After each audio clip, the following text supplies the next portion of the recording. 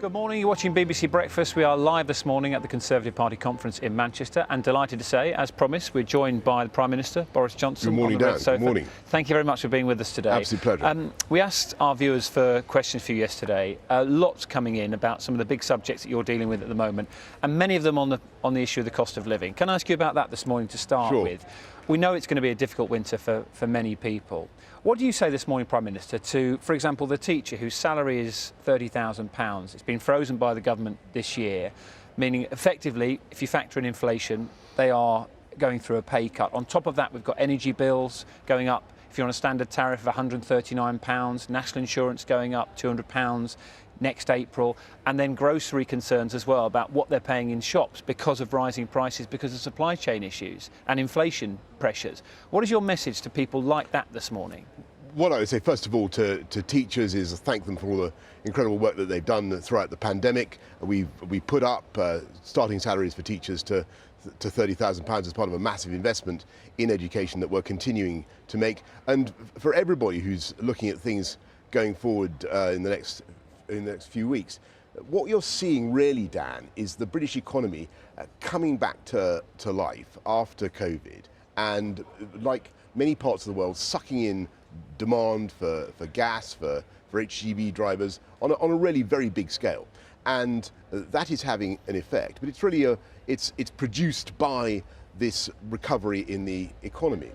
And what we're doing, of course, is making sure that we help in any way that we can, but you're seeing wages rise as well, and they have been rising across the board over the last year, and that's a good thing. On that issue, Prime Minister, I don't want to get into a fight with you about Office of National Statistics figures this morning, because that's been done before, but what they have said about those wages rising is that it's hard to make those comparisons because it goes back to what was happening during the pandemic, and it sort of skews the figures. My point to you this morning... It's not actually quite true. Wages overall are rising, and have, over the last year or so, and over the last 3 years, particularly in businesses like retail, wages have been rising in a way that they haven't been rising. Okay, but what the ONS is saying is that's a difficult comparison to make, because you're comparing it to the pandemic, and now you're comparing it to what we're doing. The other side to help people in the short term, we've increased the warm homes discount. We've increased the local housing allowance. We've got big help for childcare of over £1,000 a month. We've lifted up the living wage, and there's a for people who are facing really tough times this winter. There's a hardship fund, a new hardship fund of £500 million.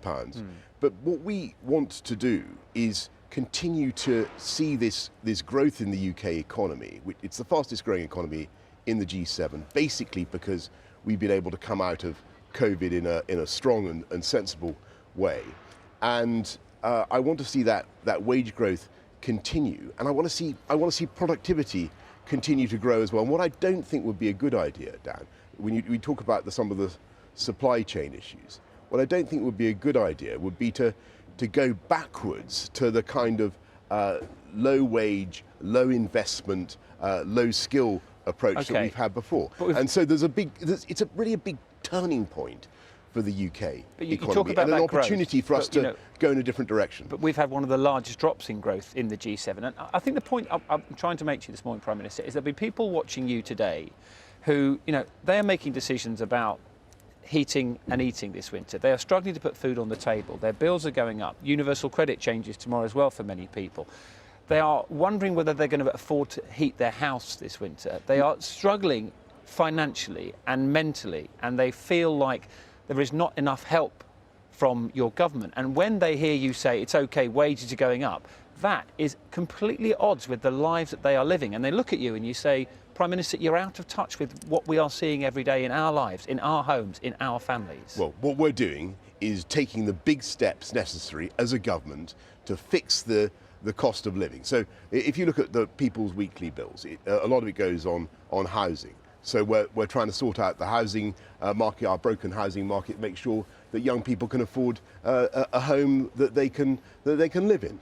And that means fixing the planning system, making sure that we have access to housing. That's why we increased the local housing allowance in the way that we did. Look at energy, a big cost of a big chunk of people's bills. In the end, we've got to move to a system where we're not dependent on the vagaries of Russian hydrocarbons, but where we have our own clean green energy sources, and that's what we're doing. We're investing massively in clean energy. That will be cheap, it will be reliable, and as I say, we won't be dependent on hydrocarbons from abroad. Transport, the only massive chunk of people's bills. The only way to fix the cost of transport is to do what we're doing now. I'm asking you about in transport, people's lives and what's happening in homes sure. in this country, and you're talking about Russian hydrocarbons. Yeah, and that's the price of gas. Yeah, but just to people, I mean, that what's happening now is that the price of gas is going up because it's being sucked in by China, by Malaysia, and that's what's affecting the price here in this country, and that's what you're talking about. So the way to fix that is to make sure that we invest in cheap, green, clean energy in this country on which people can rely. That's what we're doing. We're going up to 40 gigawatts of wind power alone by 2030. That's a fantastic thing for this country. It will mean that we have not only do we have access to clean supplies and green supplies, but we're also we're able to keep costs down.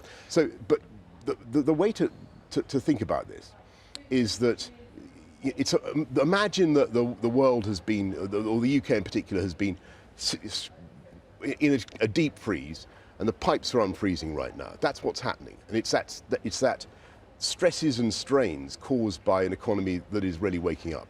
Unemployment is falling very fast. You're seeing wage growth, and what we want to see at the same time is the UK start to change the way we've done things down. If you look back over the last 2 decades, you look at a profession like road haulage. They haven't been investing enough in people. They haven't been investing. I know, but I just want to complete this point. I know, but they haven't been investing enough in facilities. Now is the time to make the change. I think you've made that point. I wanted to talk to you about Christmas, because you say Christmas will be better this year. I do. And many people will be watching and thinking, well, it can't be much worse, because last Christmas was awful for so many people. The boss of the supermarket Iceland, Richard Walker, who was on your side of the Brexit argument, said last month, he said, this is no longer about whether Christmas will be okay.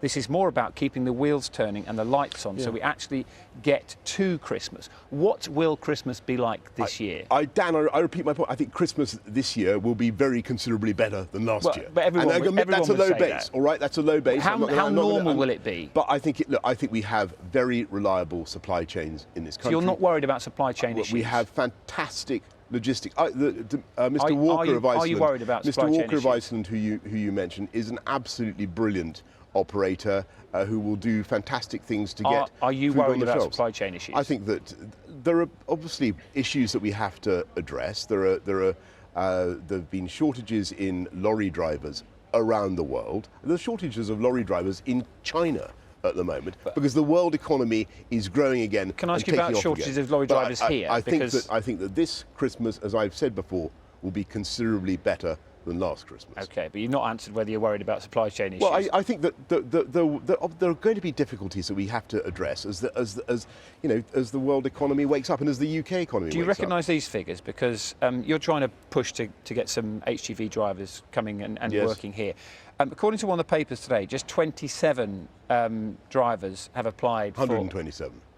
We got 27. Okay, it's 127. But anyway, but that you wanted, whatever it is, you wanted 300, and you want 4,700 by later on this month. So you're right, and so it was 120. What happened? You're completely right. It's 127, and it's a fascinating illustration of the problem of the shortage. So what we said to the road haulage industry was, fine, give us the names of the drivers that you want to bring in, and we'll sort out the visas. We got another 5,000 visas. They only produced 127 names, and so far. And what that shows is the global shortage. Now, I think, and there is a particular problem in the UK. Now, road haulage should be a great job if you invested in the truck stops, you invested in the cabs, and in pay and conditions. it should be something that people in this country want to do. It's a great thing. People have done it, and enjoyed it for many, many years. People watching this morning will say this is related to Brexit. I can hear them shout. You can probably hear them shouting at the TV now. I don't think they are. China. To the best of my knowledge, China is not in the European Union. If you think China is in the European Union or America is in the European Union, you're pointing at the Road Haulage Association. This is your plan to fix the supply chain problem. It's not working at the moment. Well, the supply chain problem is caused very largely by the strength of the economic recovery, and what you will see is brilliant logistics experts in our supermarket chains, in our food processing industry, getting to grips with it, finding the staff that they need. We will help them in any way that we can, but the shortage is global. And what I'm saying is that what you can't do is go back to the old failed model where you mainline low wage, low skill labour, very often very hard-working, brave, wonderful people who come in, work in conditions that frankly are pretty tough, and we shouldn't be going back to that, because what that led to was a situation in which you weren't investing in things like the road haulages. You weren't investing in facilities. People had to urinate in bushes and all the rest of it. You know what I'm talking about. And that is not, sorry to say this on the morning TV program, I can get away with that. It's okay. We can cope with that. But that is not the way we should be running a great profession. And there are other. So what I'm saying is, it's time for investing in people. Good. And skills. Can I move you on? Because one of the other things that came up with a lot of the questions coming through was the way that many women feel in the wake of what's happened to Sarah Everard at the moment. Now, recording misogyny as a hate crime became a key reform for police forces, was announced by your government. Can you tell us, of the 43 forces in England and Wales, do you know how many have adopted that plan? I can't tell you that, Dan. It's only 11, Prime Minister. Well, what I can say is that I think the issue of violence against women, domestic violence, rape, all that is my number one issue in policing. So why is it only 11 out of 43? I think rather than introducing new laws, what you need to do is enforce the existing laws. And my problem with what's going on is that it's all very well to say that some types of crime are coming down. They are. Some serious crimes, some crimes of violence are coming down. But I think murder is coming down. You promised this in March, Prime Minister. But what women feel, and what we all know, is that the way the police and the whole criminal justice system handles crimes of violence against women is just not working. And there are an awful lot of things that you need to do. And so I think that the anger over Sarah Everard's murder is a symptom of that wider frustration that people feel. So what you need to do, you're talking about misogyny and the attitudes of the police. Do you think they should do what's happening in Nottingham? Because they are logging catcalling and wolf whistling as a misogynistic hate crime. So that, I just can't get back to that. Do you think that's right? I want to get back to my key point. I think rather than expanding the range of crimes that we want to prosecute for, you need to prosecute the existing crimes and because at the moment, should I tell you, the numbers of successful rape prosecutions has been falling. People are not being convicted for rape in the way that they should be convicted for rape. And there's a reason for that. The reason is that we've got these immense complications with evidence from mobile phones. And the defence is too often able to produce a spurious or otherwise reason why the defendant might have thought consent was given. You know what I'm talking about? I do. And this is a massive problem. And the evidential difficulties of getting this stuff out of mobile phones, I am told, is causing these delays. Well, that's not good enough. They've got to shorten it. So we've got to make the streets safer, which we're doing. And we're investing we're putting, as you know, 20,000 more police out there. We've already recruited 10,000. What we're also doing is making sure that more of them, Dan, are female officers. Okay, but you did obviously there's been 20,000 cut under this government as well. So can I just a key point on misogyny? I want to get back to this. You said you want to prosecute existing laws and use existing laws. Do you think then that misogyny should be a hate crime or not? I think that what we should do is prosecute people for the crimes that we have on the statute book That's what I'm focused on. I think to be perfectly frank, if you simply widen the scope of what you ask the police to do, you'll just increase the problems. What you need to do is get the police to focus on the very real crimes, the very real feeling of injustice and betrayal that many people feel. Prime Minister, how do you expect women who are watching this, who are worried about walking home, who are in fear because of what they've seen happen to Sarah Everard, and you're saying there's no change to what we're doing, we're just going to use what we existingly have? I'm sorry, I'm saying that there must be radical change in what we do. But you're saying what you're saying is that you want to widen the scope of the crimes. Talk about behaviour of men towards women. Right. What I'm saying is there is abundant statute that is not being properly enforced, and that's what we need to focus on. And I'm talking about domestic violence. I'm talking about rape. I'm talking about harassment, and there's plenty of law about harassment, and it's not being properly enforced. And that is what the police need to be doing. And they need to be taking women's complaints seriously, and we need to be contracting that period between a woman reporting her complaint and the disposal in court, because it's taking far too long. And that is why women feel betrayed by the system at the moment. That is the problem. So the government can do all sorts of things. We're putting more CCTV out. We're making sure we have more street lighting. We're increasing sentences for serious sexual and violent offenders, and that's a good thing to do. It's got to be done, and it was opposed, by the way, by the Labour Party. But it's the right thing to do. But what we also want to do is see a change in culture, and that goes to your point about all the police forces up and down the country.